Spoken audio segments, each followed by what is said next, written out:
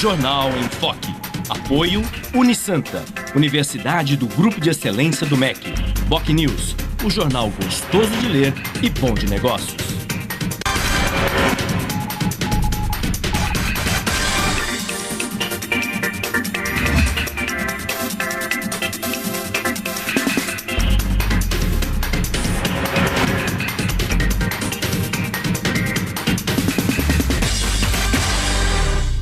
Olá, bom dia. Começa agora pela Santa Cecília TV, uma nova edição do Jornal em Foque. E nesta terça-feira, 21 de outubro, nós estamos recebendo com muito prazer o juiz titular da 273ª Zona Eleitoral de Santos, Walter Luiz Esteves de Azevedo, e o colega jornalista, diretor da Faculdade de Artes e Comunicação da Universidade de Santa Cecília, diretor do semanário BocNews, professor Humberto Chalub. Vamos conhecer agora as manchetes de hoje dos principais jornais e sites com a colega jornalista Cris Chalub. Bom dia, Cris. Bom dia, Chico. Bom dia a todos. Folha de São Paulo. Dilma atinge 52% e Aécio tem 48%, aponta a Datafolha. O Estado de São Paulo. Dilma tem 52% e Aécio 48%, em empate técnico, diz pesquisa. A Tribuna. Crise da água antecipa a temporada. BocNews. TSE estima que problemas com urnas biométricas serão menores no segundo turno.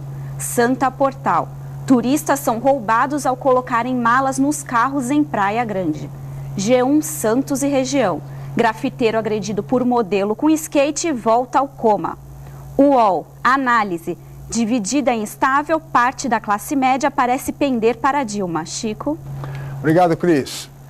Muito bem, e como se viu nas manchetes agora anunciadas pela Cris, a situação das pesquisas com relação ao segundo turno apontam pela primeira vez uma vantagem numérica da presidente Dilma Rousseff neste segundo turno. Dilma aparece 4 pontos percentuais à frente de Aécio Neves, embora um empate técnico no limite da margem de erro de 2 pontos percentuais para cima e para baixo.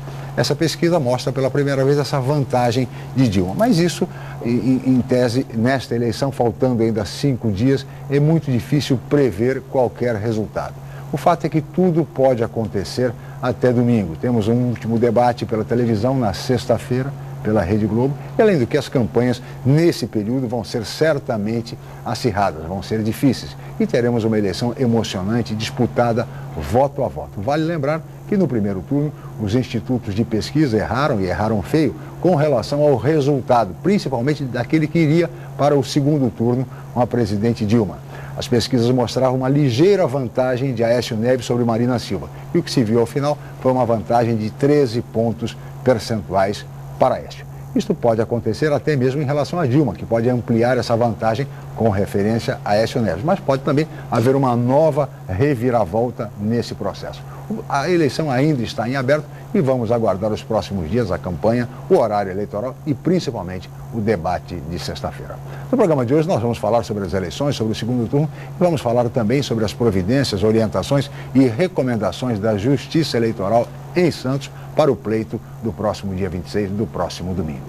Mas tudo isso vocês acompanham assim que a Cris informar a previsão do tempo e o movimento de estradas e balsas para hoje. Cris. O dia amanheceu chuvoso e, de acordo com a previsão, também pode garoar à noite. A temperatura varia entre 18 e 22 graus. Estradas. O sistema Anchieta Imigrantes está em operação normal, 5x5. O tráfego é lento na chegada a São Paulo. Já as rodovias Cônego Domênico Rangoni e Padre Manuel da Nóbrega têm tráfego normal em ambos os sentidos. Balsas. 8 embarcações estão em operação normal na travessia Santos-Guarujá. O tempo de espera é de 10 minutos. Uma balsa opera na travessia Guarujá-Bertioga e a demora é de 20 minutos. Participe do Jornal em Foque. Envie sua pergunta pelo Facebook, Twitter ou e-mail je@enfoque.com.br. A reapresentação desta edição pode ser assistida às 17 horas ou então assista a qualquer momento pelo nosso canal no YouTube. Chico. Obrigado, Cris. Nós vamos agora para um rápido intervalo comercial e voltaremos em seguida para entrevistar o juiz eleitoral Walter Luiz Esteves de Azevedo. Voltamos já.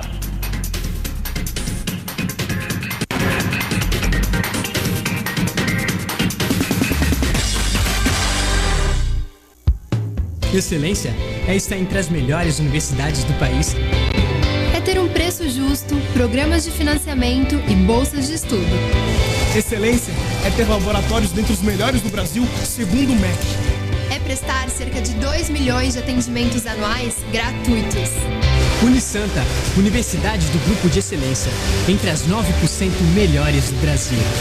Vestibular Universidade Santa Cecília. Inscreva-se já! O novo formato, o site bocnews.com está mais interativo, dinâmico, com conteúdo ampliado e canal próprio de TV na internet. São mais notícias com credibilidade para curtir e compartilhar, em qualquer hora e lugar, seja pelo computador, tablet ou celular. Inclua o bocnews.com na lista dos seus favoritos e tenha ao seu lado a informação indispensável para o dia a dia. Jornal Bocnews e bocnews.com. Experiência e inovação para bem informar. Deste lado, pesando 250 quilos, ele, o impiedoso Bruno! Do outro, pesando 50 quilos, José! Disputa desigual não é legal, né? Inclusive nas eleições. Na disputa pela eleição, não vale usar o cargo, os bens ou serviços públicos para favorecer um candidato. Isso é golpe baixo. Ministério Público Federal, por uma disputa justa.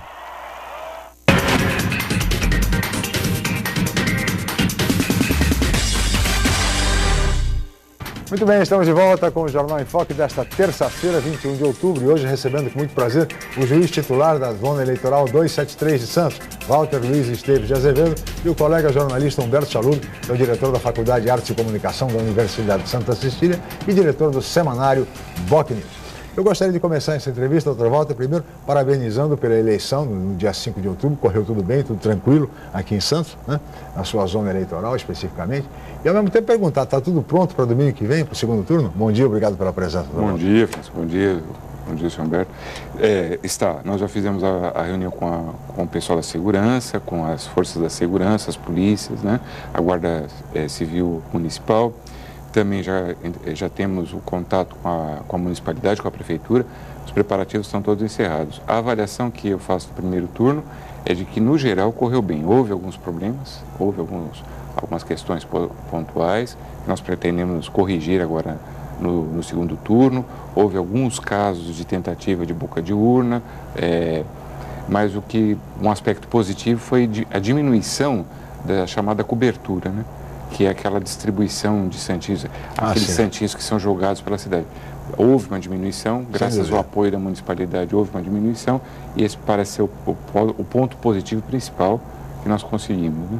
Agora, algum problema que o senhor destacaria entre aqueles ocorridos, alguma coisa mais grave, que o senhor destacaria ou não? Nós recolhemos, entre a madrugada do domingo até por volta de umas 8 horas da manhã de domingo, uma quantidade razoável de propaganda irregular. Deu mais ou menos 200 quilos de propaganda irregular que nós arrecadamos. Então, é muito difícil a pessoa que se candidata a um cargo público não respeitar a lei. Claro. Se ela acha que quando ela se candidata, que ela pode descumprir a lei, a gente fica imaginando do que ela é capaz depois de eleita, né? Sim. Então, essa é uma nota ruim, uma nota triste, porque nós tivemos que tirar aproximadamente, só na 273, aproximadamente 200 quilos de propaganda irregular, fora o que a municipalidade tirou. Sim. Por conta dela, né? Mas, de um modo geral, você acha que houve um avanço com relação a outras eleições, que o senhor acompanhou certamente, se não como juiz, mas como eleitor? A vaidade me faria responder sim, mas assim, o bom senso me diz que não, que foi uma eleição tranquila, como vem sendo as eleições anteriores. O que nós insistimos foi em tentar coibir a propaganda irregular, e parece que, com o apoio da municipalidade, nós tivemos algum sucesso nessa área. Existem ainda alguns pontos a serem resolvidos, houve algum problema no atendimento de eleitores em grandes escolas, em grandes colégios. Nós tivemos problemas de atendimento a eleitor que nós pretendemos resolver. Houve um ou outro problema com urna eletrônica também que nós precisamos resolver para não ter esses sobressaltos no segundo turno. Mas, sem dúvida, Dr. Walter, foi visível o avanço. Quem acompanha eleições há tantos anos, como é o nosso caso, foi realmente visível. Este ano nós tivemos uma eleição bastante tranquila, ordeira, em paz, e isso é o que importa. Esperamos que no segundo turno aconteça o mesmo. Humberto Salub, bom dia, obrigado pela presença. Bom dia, telespectadores.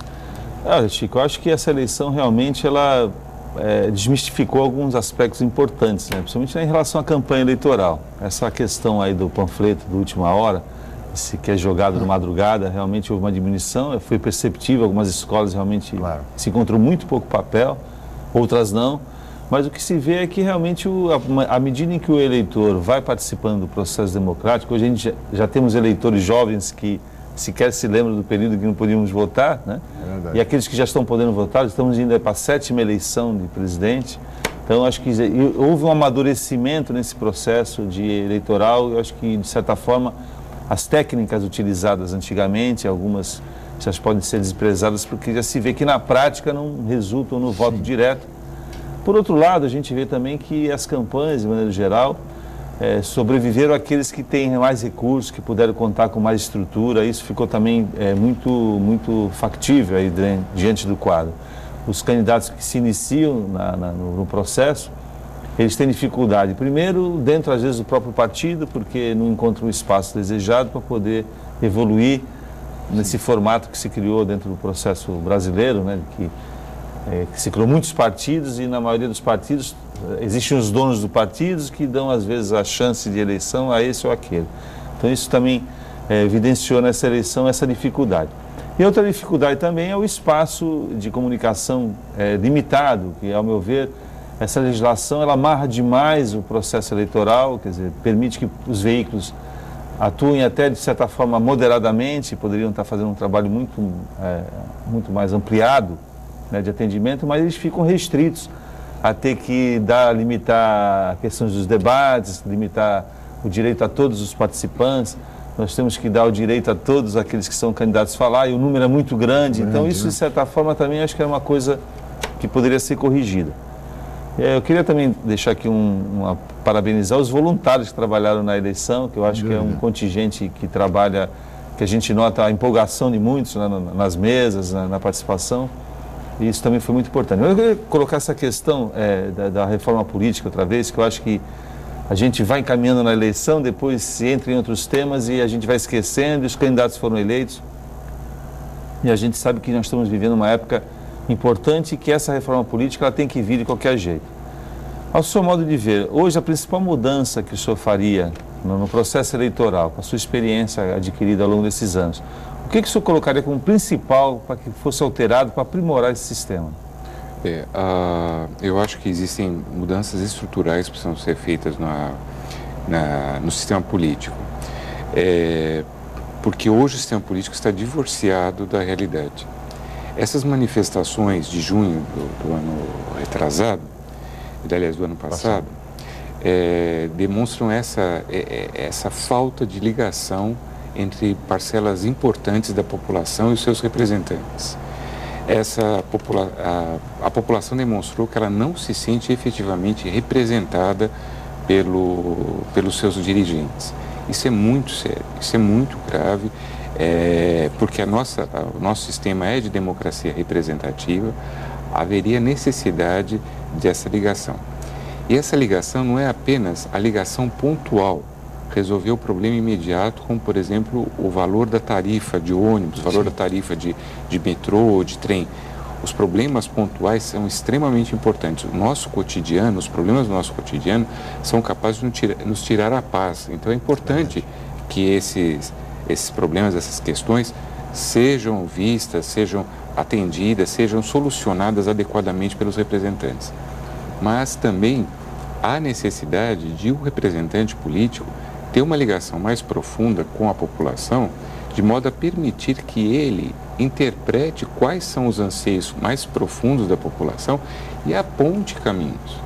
Nós estamos extremamente pobres de estadistas, homens de Estado que apontem caminhos para o Brasil. A gente de manhã resolve o almoço e à tarde resolve a janta.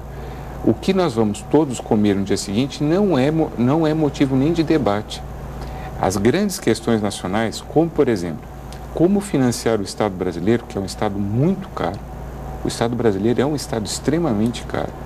É uma questão que simplesmente não é discutida e é algo que nos pesa bastante. Nós todos pagamos muito imposto para sustentar o Estado brasileiro. A questão não é nem discutida. A privatização do Estado, hoje o Estado brasileiro está sendo fatiado e dividido em parcelas da população. O Estado brasileiro, ele é essencialmente corrupto, porque ele, ao invés de buscar o bem-estar de todos e um futuro para a nação, ele resolve só o problema cotidiano, num toma lá da cá extremamente perigoso, porque nos rouba a possibilidade de futuro, e tudo isso eu atribuo a essa incapacidade do sistema político de gerar estadistas. O sistema político nacional está sendo incapaz de gerar pessoas que pensem a nação brasileira, que pensem o Estado brasileiro, que pensem o país no futuro, o país como nação, para onde nós vamos, qual é o nosso destino, quais são as nossas vocações. E em razão disso, nós somos sempre pegos do contrapé.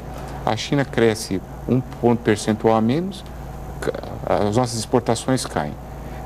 Ou seja, a Bolsa Americana cai 1 ponto percentual, a nossa Bolsa desaba. Então, nós dependemos de decisões que são tomadas sempre fora daqui, porque nós não temos, o nosso sistema político nos impede de assumir em nossas próprias mãos o nosso destino, para onde nós vamos. E, mais uma vez, nessa campanha, nós passamos ao largo de questões essenciais como a reforma política que o senhor abordou. Então, é necessário... Mas o senhor não acredita que essas limitações impostas aí, porque a prerrogativa de dar oportunidades a todos a se manifestarem, mas de certa forma também a imprensa, de maneira geral, que faz um trabalho louvável, acho que é o que restou para que os candidatos possam se apresentar, porque a gente viu que o processo de financiamento das campanhas era extremamente injusto, porque quem consegue ter uma empreiteira do lado tem uma campanha, quem não consegue, né, fica difícil, né? Agora, o senhor não acha também que essas limitações impostas pela Justiça Eleitoral, é claro, sobre essa pseudo-ideia de que é preciso democratizar, também criam uma certa amarração exagerada desse processo? Eu acredito que sim. Existe uma questão muito séria no Estado brasileiro, que para muitas pessoas o Estado brasileiro é a própria sobrevivência. As pessoas não ocupam o Estado brasileiro para concluir um projeto, para implantar um projeto que eles tenham de nação. O Estado brasileiro se tornou uma ocupação profissional, isso é muito sério.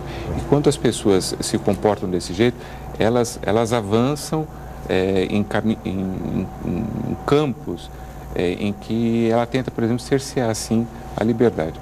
A Justiça Eleitoral, por exemplo, ela faz uma série de exigências, mas são exigências ditadas pela lei. A lei, ela impõe à Justiça Eleitoral uma série de nortes, de parâmetros, de margens.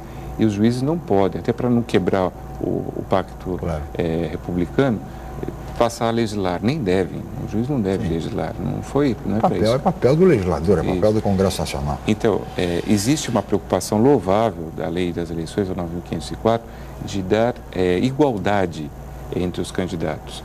E essa preocupação, às vezes, cerceia realmente a oportunidade de expressão, a liberdade de expressão. Mas eu acredito que era preciso caminhar mais. Por exemplo, dar à imprensa um papel maior na eleição. Porque a imprensa quase sempre traz, assim, aqueles temas indigestos dos candidatos. É o contraponto. É o exercício do contraditório. Exatamente. Que é indispensável. Porque há um aspecto, o senhor abordou bem a questão, por exemplo, da reforma do Estado brasileiro, que é a mais importante reforma. Quer dizer, o pessoal fala muito da reforma política e é importante, mas a reforma do Estado precede, no meu entender, essa reforma, é a questão do aparelhamento do Estado. Quando se discute a reforma do Estado brasileiro, a necessidade de enxugar por ser muito custoso ao erário, o que é que imediatamente aparece como contraponto? Isso significa demissão. Então, se um candidato defender a reforma do Estado brasileiro, a diminuição de custos do Estado brasileiro, o adversário vai dizer, não, está propondo a demissão, vai demitir, não sei, quer dizer, o Estado que está aparelhado. Ou seja, fica difícil você modificar com visões como essa. Não, mas são visões partidárias, são visões mas é uma questão conceitual, né? Sim. Porque, por exemplo, você pode gerar emprego, mas empregos que o país necessita. É evidente. Então seria muito interessante se nós tivéssemos frentes de trabalho para concluir as obras que o país precisa, para construir estradas. Agora, o que a gente tem, na verdade, o aparelhamento do Estado. O aparelhamento e o burocrata, né? Claro. Quer dizer, você vê a máquina totalmente cheia de burocratas, que onde falta, né? Seria ótimo se a gente tivesse um país em que as pessoas estivessem trabalhando, mas gerando benefício, instalando redes de esgoto, né? Mas ninguém quer, todo mundo quer o ar-condicionado, né? Esse é o problema, né? Entendeu? Então, também com 39 ministérios, mais de 20 mil cargos comissionados no país. É que essa é a nossa realidade. É que não existe a lógica que quem sustenta isso é a população. Existe um desassociamento dessa ideia, né? Exatamente. Na verdade, quando a pessoa paga o imposto, ela está sustentando tudo isso, né? Ela deveria cobrar aquela ideia do condomínio, na verdade, né? Isso guardado as proporções. É isso aí. Quando a gente vê que o condomínio nosso aumenta no prédio, vai todo mundo brigar com o síndico, saber por quê, vai na reunião de condomínio, quando alguns também não vão, né? Mas, na maneira geral, o cara vai querer saber por que aumentou a água, por que... E no país isso não acontece, porque a gente é taxado de impostos todos os dias. Os impostos são elevados e não há um questionamento a respeito sobre a eficiência do Estado, né? Esse é um ponto. E, aliás, agora, a razão das jornadas de junho foi isso. Que agora, o voto distrital, que é defendido por grande parte, seria uma forma de poder resolver isso, não poderia? Então, existem algumas medidas que poderiam melhorar. Eu acho que o primeiro passo seria a reforma do sistema partidário. A estrutura atual, como o senhor mesmo lembrou, de que dá o partido hoje é uma agremiação que alguns partidos têm dono, eles têm proprietários, em que eles estabelecem a divisão das candidaturas e dos recursos, é um problema muito sério. A estrutura partidária hoje no Brasil é um problema bastante sério. É preciso repensar o sistema partidário, dando oportunidade para que as pessoas participem da vida democrática, mas também não pulverizando os partidos políticos de modo a fazer o país ingovernável. É possível estabelecer um certo equilíbrio nesses dois aspectos e precisaria haver uma alteração na legislação partidária. Como? Exigindo realmente partidos que não sejam partidos meramente regionais, não sejam partidos meramente de uma categoria, mas sejam partidos realmente nacionais que apresentem planos nacionais de desenvolvimento, de nação, visões de nação. Isso seria... Não partidos inteiramente ideológicos, seria isso no Brasil, até pela nossa história, pela nossa cultura, seria impossível, mas se aproximar disso. Um dos meios para se obter isso, além da reforma partidária, é a reforma eleitoral. A votação em listas mista com o voto distrital para os cargos do Legislativo me parece uma boa solução.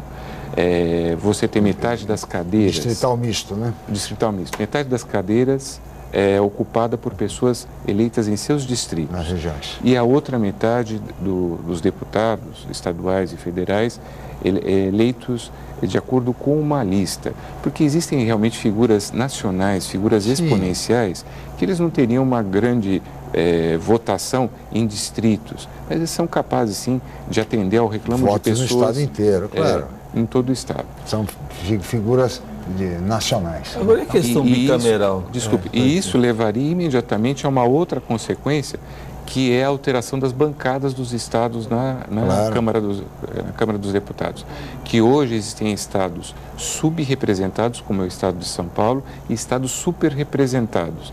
Não há, como a Câmara representa o cidadão e não a federação, não há motivo nenhum para que o voto de um eleitor valha menos do que o do outro. Lógico, então haveria necessidade de mudar essa proporção. Só que essa é uma reforma muito difícil de ser aceita. Nós vamos continuar falando, Humberto, sobre reforma política no próximo bloco. Até porque, em razão dessa observação do Dr. Walter, São Paulo deveria ter 120 deputados. Se isso fosse para valer, tem apenas 70, quase o dobro de deputados. Nós vamos para o rápido intervalo, voltaremos em seguida para o programa.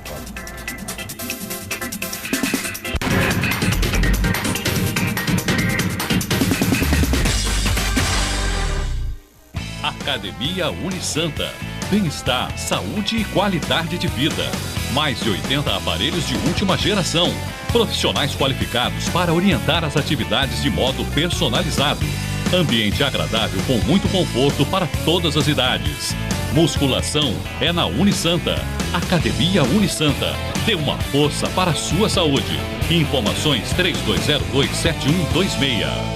O novo formato do site bocnews.com está mais interativo, dinâmico, com conteúdo ampliado e canal próprio de TV na internet. São mais notícias com credibilidade para curtir e compartilhar, em qualquer hora e lugar, seja pelo computador, tablet ou celular. Inclua o bocnews.com na lista dos seus favoritos e tenha ao seu lado a informação indispensável para o dia a dia. Jornal Bocnews e bocnews.com. Experiência e inovação para bem informar.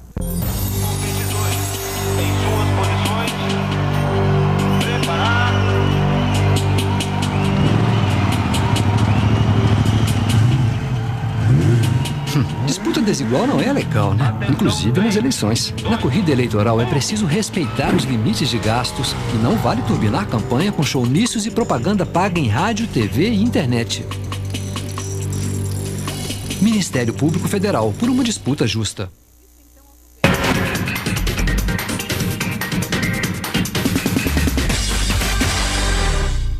Muito bem, estamos de volta com o Jornal em Foque desta terça-feira, 21 de outubro, e hoje recebendo com muito prazer o juiz titular da Zona Eleitoral 273 de Santos, Walter Luiz Esteves de Azevedo, e o colega jornalista, professor Humberto Chalub, que é diretor do semanário Bocnews. Discutíamos no bloco anterior reforma política, reforma do Estado brasileiro, reforma eleitoral, partidária, enfim, tantas e tantas reformas que o país necessita. Agora, para tudo isso, doutor Walter, o que é que o senhor pensa de uma constituinte exclusiva? Essa ideia para a reforma política, essa ideia já alguns presidentes, como o presidente Lula, o presidente Fernando Henrique, tentaram, de certa forma, em determinados momentos de seus respectivos mandatos, defendendo a tese da constituinte exclusiva, seriam novos constituintes eleitos, não aqueles do Congresso Nacional, mas outros, figuras com uma certa notoriedade no mundo político, no mundo jurídico, no Brasil, para se fazer em 6 meses, por exemplo, uma reforma política por meio dessa constituinte exclusiva. O que o senhor pensa a respeito? Eu acho que hoje seria uma iniciativa inviável e de efeitos quase nulos, porque nós não temos ainda uma tradição de participação direta da população nas decisões políticas. Então, as pessoas eleitas por uma constituinte exclusiva seriam as pessoas dos partidos políticos, seriam as mesmas, os atuais políticos. Veja a questão do plebiscito que nós fizemos, república, monarquia, parlamentarismo, presidencialismo. Formaram-se frentes parlamentares. Sim. Em que as pessoas de sempre participaram do debate. Sim, todos presidencialistas, né? E não se teve lá grande oportunidade de apresentar outras ideias. Eu acho que o que nós precisamos atualmente é aumentar a participação das pessoas nas decisões políticas. Não é colocar em xeque a democracia representativa, não é negar a existência da democracia representativa, mas é aumentar a participação direta da população nas decisões políticas. Isso pode ser feito inicialmente no município, na cidade.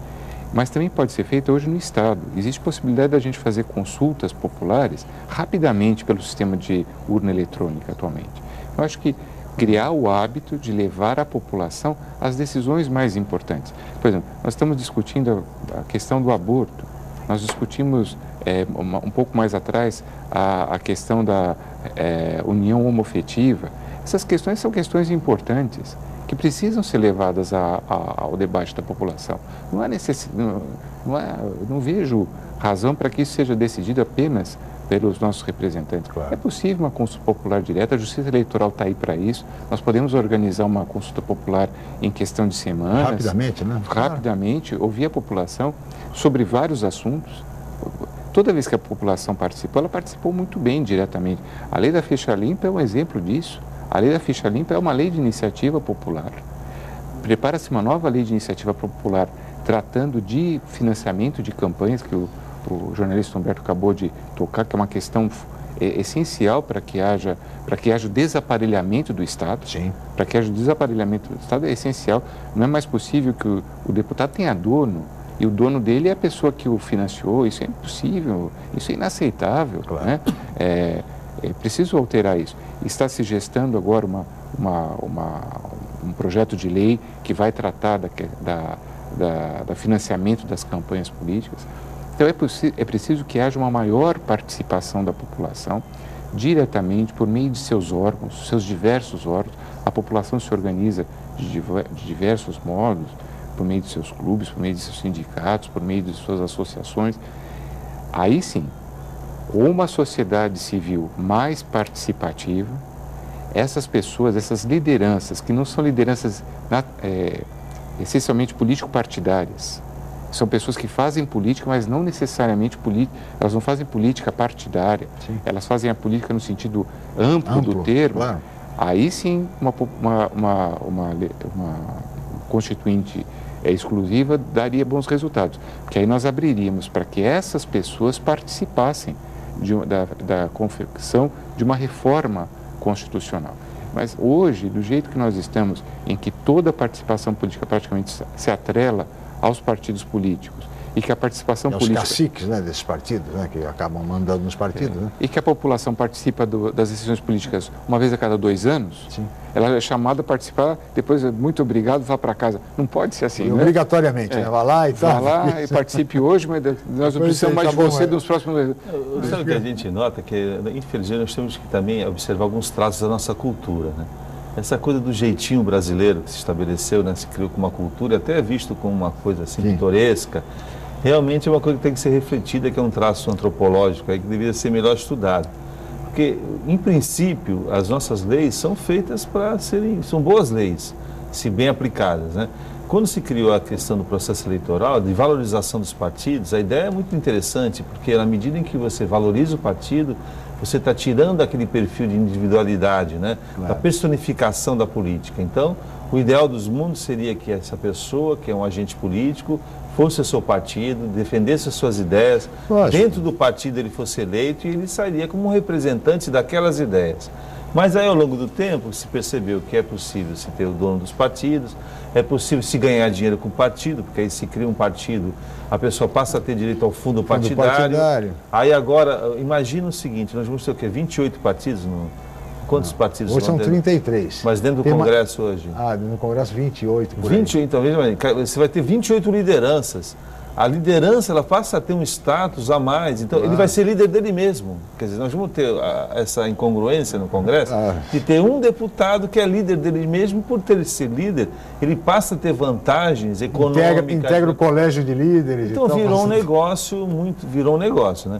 E também, por outro lado, nós teríamos que ter as entidades representativas, civis, que eu acho que é muito importante, a questão dos sindicatos também que estão atrelados com essa questão do imposto sindical. Quer dizer, ficaram à mercê também do Estado, quer dizer, ficam lá de pires na mão, quer dizer, não houve uma organização civil que pudesse hoje representar o país ou representar a sociedade, porque talvez é isso que nós temos que recuperar realmente, defender essas ideias, né? A própria imprensa também, é muito importante que se discuta a questão do financiamento dos órgãos de imprensa, né? O Estado, ele financia, ele tem o dever de fazer investimentos na publicidade, quer dizer, levar e gerar educação, gerar informação, prestar serviço. Mas como é que esse dinheiro da publicidade é utilizado pelo Estado? Ele favorece A, B, C, grupos A, grupo B, grupo C, uns que falam bem, uns que falam mal. Então essas discussões deveriam vir à tona, talvez, mas só vai vir à tona pela sociedade civil. Sim, é impossível imaginar... Se depender do Congresso Nacional... Não é verdade? Imaginar que isso vai acontecer... Até porque o Congresso, a renovação foi mínima até em relação... Agora, eu gostaria de saber a questão da prestação de contas. Agora nós estamos em fase... Há possibilidade, por exemplo, de alguns desses candidatos que estão aí eleitos, né, para assumir o cargo no próximo ano, ainda ter algum problema na questão da prestação de contas? Sim, a prestação de contas, nesse caso, ela é apresentada ao Tribunal Regional Eleitoral para as eleições em geral e para o Tribunal Superior Eleitoral para a eleição de presidente da República, né? Existe sim, vamos dizer assim, já existe uma legislação e já existem também decisões dos tribunais que regulamentam a prestação de contas. Nessa área ainda há muito a fazer. Uma das coisas é o limite de gastos de campanha e fontes de financiamento. Ainda é muito precário esses dois itens, o controle desses dois itens ainda é muito precário. Por exemplo, não existe limite. O candidato é quem declara o quanto ele pretende gastar. Isso é um absurdo. Isso é inconcebível. Numa democracia, isso não pode continuar desse jeito. É preciso que haja, assim, um limite de gasto. É preciso que haja um teto, para que não haja o abuso do poder econômico, né? E o controle também das fontes de recursos. Nós avançamos muito, a Justiça Eleitoral tem trabalhado junto com a Receita Federal e junto com a Polícia Federal no controle dessas fontes de recursos, principalmente cruzando dados das declarações de imposto de renda de pessoas físicas e jurídicas com as declarações de doações feitas a partidos políticos. Isso foi um avanço nessas 2 últimas eleições, mas é preciso fazer mais. É preciso haver critérios mais claros de limites dessas doações. Mais claros eu não digo, mas mais restritivos. Sim. Porque grandes corporações ainda podem doar somas enormes, somas monetárias enormes. Seria necessário que não houvesse apenas um limite proporcional à renda da pessoa jurídica e da pessoa física, mas houvesse realmente um limite nominal. A partir de um determinado valor, a empresa não pode doar, ela ficaria proibida de doar, porque 1% de uma empresa, de algumas empresas no Brasil, são verdadeiras fortunas, representam uma fortuna. Né? Precisa reparar, a prestação de contas é assim, primeiro colocado, são os mesmos bancos, para os mesmos candidatos diferentes, todos recebem mais ou menos a mesma coisa, quer dizer, o banco resolve dar R$1 milhão, 10 milhões de reais para esse candidato, dá mais 10 para o outro, aí vem a empresa de frigorífico, dá não sei mais quanto para outro, ou seja, e assim vai, são sempre as mesmas empresas. Às vezes aquele eleitor mais interessado, e isso acontece, até isso nesse aspecto houve muito avanço na questão da transparência, hoje é possível acessar dados do tribunal, verificar a prestação de contas dos candidatos, mas também é o jeitinho brasileiro, né? Então, até certo determinado momento, se aparecer a relação de todos os doadores que aquele candidato tinha para estabelecer até a relação de forças, porque, né, principalmente em eleição municipal, isso fica bem notório, porque aí já se sabe quem... Claro. Mas se criou um subterfúgio também, que é a questão do repasse dos partidos, do fundo partidário. Quer dizer, na verdade, a doação é feita para o partido que repassa pelo candidato.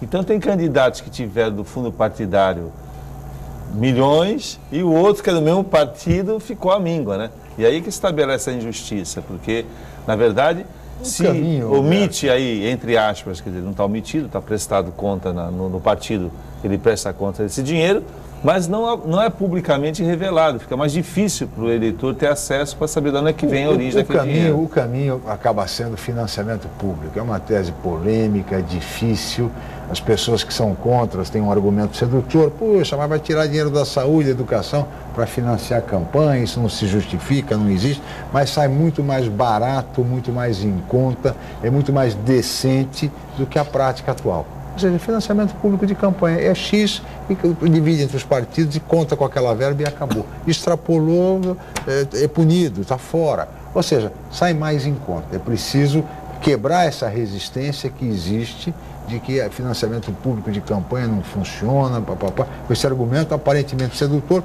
de que vai se tirar dinheiro da educação e da saúde para pôr em campanha eleitoral. Mas se tira de alguma forma. É preferível quando se superfatura uma obra, está tirando. Hoje o fundo partidário já é sustentado por imposto. Pois é, o fundo partidário dos partidos. Já é sustentado por imposto. Outro dia saiu uma notícia que o PRTB, partido foi do candidato Levi Fidelis, né, recebeu agora, neste ano, R$1 milhão de fundo partidário. R$1 milhão de fundo partidário.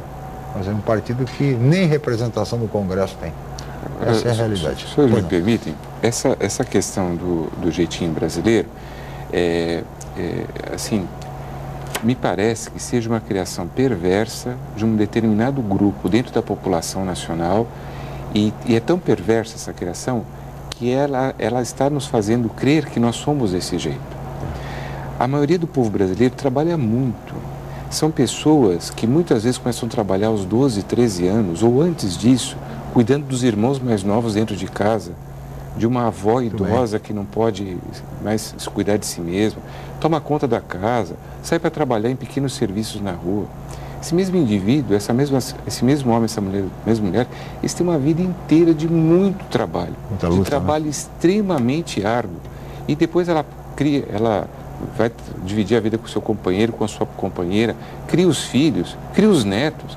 Quantas e quantas pessoas que eu conheço que criam os bisnetos, que estão ao lado dos filhos e dos netos a criar as gerações seguintes. Esse povo não é um povo de jeitinho, é um povo que acorda às 5, 6 horas da manhã, trabalha o dia inteiro, até a noite, e tem um pouco de diversão vendo a sua televisão, acompanhando sua novela. É um povo extremamente trabalhador e é um povo ao qual lhe são negados direitos. E o pior direito que lhe é negado é o da autoestima, porque ainda se vende a ideia de que esse povo vive de jeitinho. Quem acorda cedinho para tomar um ônibus cheio, um metrô cheio, não vive de jeitinho. Ele vive de uma labuta muito intensa, de muito trabalho. E existe um grupo da população que aí sim, esse vive de jeitinho. Ele vive... Malandragem, né? Ele vive de jeitinho. É uma pessoa que não conhece o que é chão de fábrica, não conhece o que é fazer um serviço bruto, não sabe o que é trabalhar 50 horas, 55 horas numa semana, não sabe o que é trabalhar sábado e domingo. E o que é mais perverso é que esse grupo da população, para preservar o seu status, ele criou a ideia de que todos nós somos assim. Nós não somos assim. O Brasil não precisa ser assim. É preciso que essas pessoas saiam da nossa frente. Elas precisam cuidar da própria vida e deixar nós cuidarmos da nossa. Elas não podem continuar incutindo na nossa cabeça que nós somos desse jeito. Nós não somos. Nós somos muito trabalhadores, nós somos muito corretos, nós somos extremamente honestos e batalhadores. E nós não queremos viver desse jeito. Nós queremos vida boa para nós, para os nossos filhos. Nós queremos chance de futuro. Nós não queremos o jeitinho. Nós não queremos mais isso. E é preciso afastar. Eu acredito que esse é para que nós voltemos a ter amor próprio, para que nós possamos voltar a autoestima. Para a gente, quando olhar o nosso representante, a gente fala assim, não, você não me representa porque você é do jeitinho, eu não sou. Eu sei o que é trabalhar duro, eu sei o que é uma jornada diária de trabalho, eu sei o que é trabalhar intensamente 50, 60 horas na semana, eu sei o que é isso. Então, você que não está acostumado a isso, você não me representa. Você não é igual a mim. E eu acho que nós precisaríamos avançar agora nesse sentido, porque a população brasileira é muito trabalhadora, ela é muito ordeira e a maioria de nós não vive desse jeitinho. E a arma para enfrentar esse tipo de situação é a educação, sem dúvida nenhuma. Educação e, de 2 em 2 anos, o voto. Votar bem, votar com consciência. Vamos para o intervalo, voltamos já no Jornal em Foco.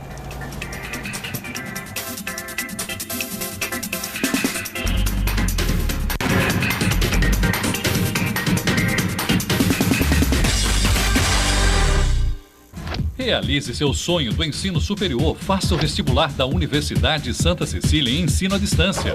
Cursos de pedagogia, gestão ambiental, gestão de recursos humanos, gestão financeira, logística, marketing, processos gerenciais e segurança pública. Vestibular Universidade Santa Cecília em ensino à distância. A menor distância entre você e o mercado de trabalho. Informações 3202-7101. Inscreva-se já. www.unisanta.br/vestibular. O novo formato do site bocnews.com está mais interativo, dinâmico, com conteúdo ampliado e canal próprio de TV na internet. São mais notícias com credibilidade para curtir e compartilhar, em qualquer hora e lugar, seja pelo computador, tablet ou celular. Inclua o bocnews.com na lista dos seus favoritos e tenha ao seu lado a informação indispensável para o dia a dia. Jornal BocNews e bocnews.com. Experiência e inovação para bem informar. A violência contra a mulher é uma mancha que precisa ser eliminada da vida das nossas famílias. Já temos a Lei Maria da Penha. Agora, estamos criando a Casa da Mulher Brasileira em todos os estados, para acolher as vítimas da violência e dar-lhes todos os meios para recomeçar a vida. Tenho um compromisso profundo e verdadeiro com a mulher. Sou mãe e avó e não tolero discriminação, nem impunidade, onde quer que esteja.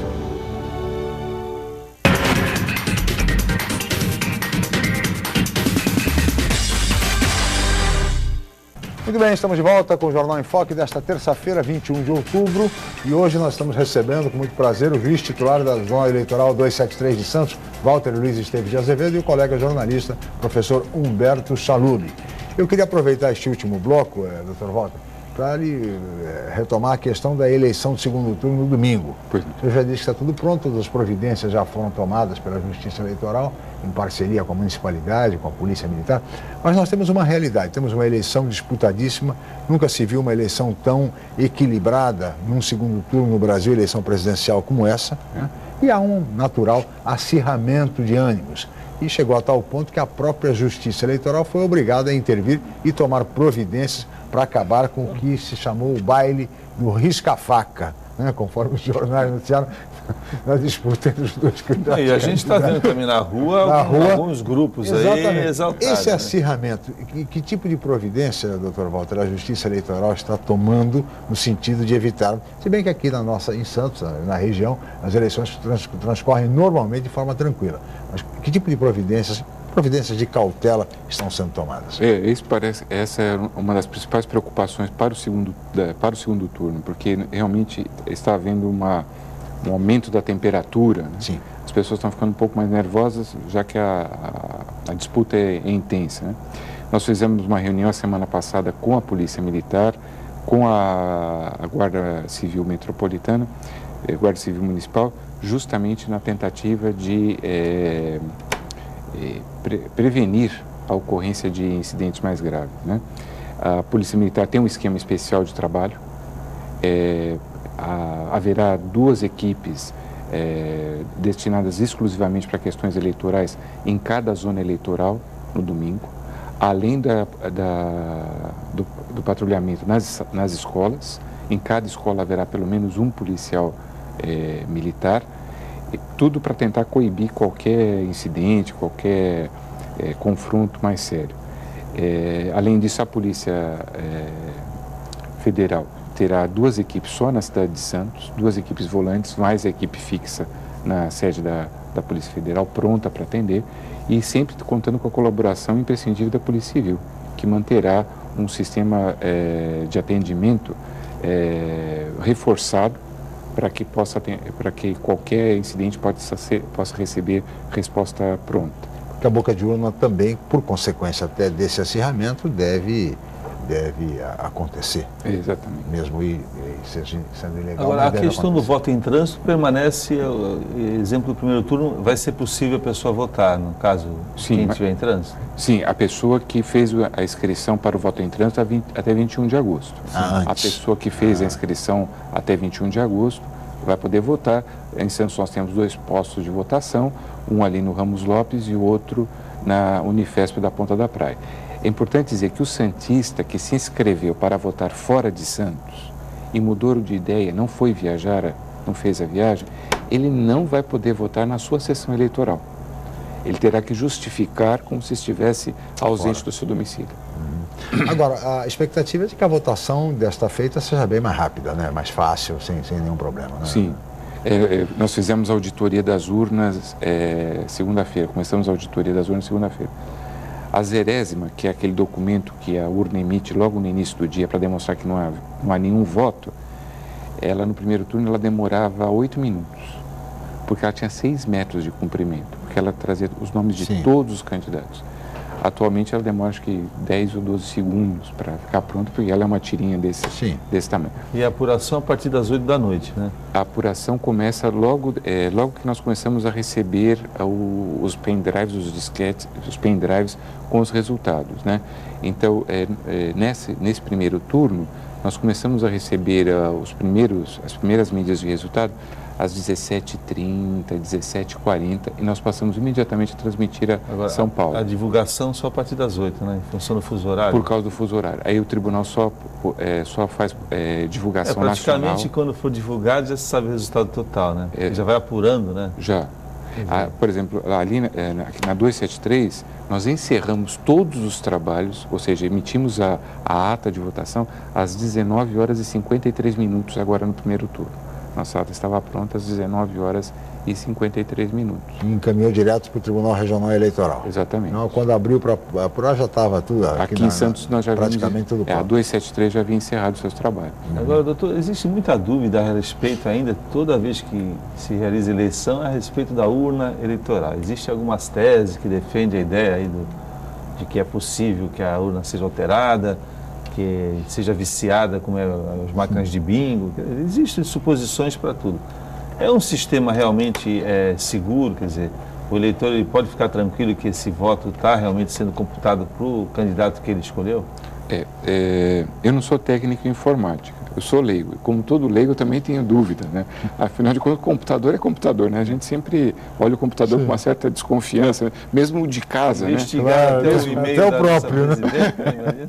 Mesmo de casa. Mas o que a gente ouve é que existem 3 auditorias durante um processo eleitoral. Auditorias abertas ao público, em geral. Então, a primeira auditoria ela é feita em Brasília, em que o tribunal publica no Diário Oficial como é que ele pretende trabalhar, os sistemas que ele vai utilizar, e ele convida a quem quiser fazer críticas, inclusive as universidades. As universidades o tribunal se abre às universidades, à imprensa, ao OAB, ao Ministério Público, e convida quem quiser verificar como funciona a urna. Terminado essa primeira etapa, corrigido eventual erro que se encontre, toda a parte de eletrônica ela é guardada por 6 pessoas em Brasília que ficam trancadas. Então, se houver algum problema, a gente sabe quem procurar, quem são os responsáveis, né? Depois existe uma segunda auditoria, que é aquela que nós realizamos nas zonas eleitorais. Nós recebemos de São Paulo, de Brasília, através de São Paulo, a programação das urnas, as mídias com a relação de eleitores e também as mídias com os candidatos e também para gravar os resultados. Nós fazemos auditorias, nós publicamos o edital convocando as pessoas, em geral as pessoas não aparecem. Então a gente pega alguns eleitores que estão no balcão e nós fazemos a verificação da urna junto com a pessoa. Então o que nós fazemos? Nós simulamos uma eleição na frente desses eleitores que estão no cartório eleitoral e fazemos uma pequena apuração ali na hora. E a gente bate, checa, vê se está funcionando. Fizemos isso segunda-feira, na 273, isso foi feito na segunda-feira. Também nunca houve nenhum problema, nunca se constatou nenhum problema. E existe uma terceira auditoria que é feita em cada capital do país.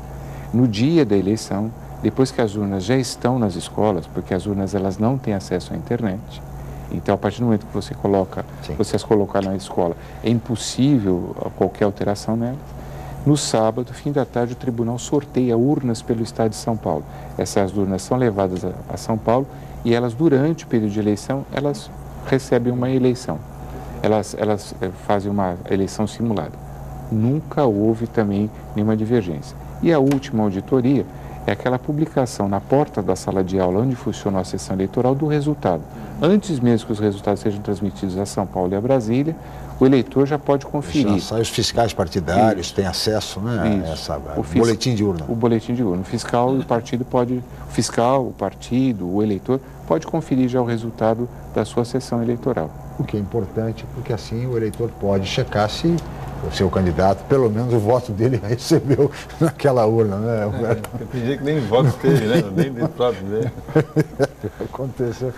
Coisa da história política, do folclore político brasileiro, que é riquíssimo nessas histórias fantásticas aí a respeito das eleições. Olha, doutor Walter, nós teríamos muito mais a conversar sobre eleições, mas somos limitados pelo tempo e chegamos ao final. Gostaria de agradecer muito a sua presença mais uma vez, desejar boa sorte para a Justiça Eleitoral, para todos os voluntários que vão trabalhar nas eleições no domingo, dia 26, no segundo turno da eleição presidencial. Muito obrigado, doutor Walter, mais uma vez pela sua presença. Eu que agradeço a oportunidade. Muito obrigado, Humberto Chalub, mais uma vez pela participação como comentarista do programa de hoje. Obrigado a ambos os convidados, obrigado a Cris Chalub, a toda a equipe, especialmente a você, telespectador, pela atenção e pela audiência.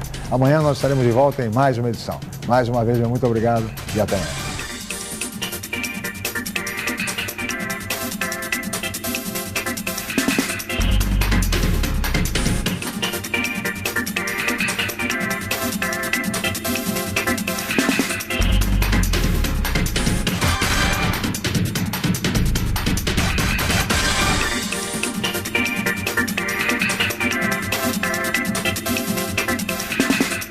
Jornal em Foque.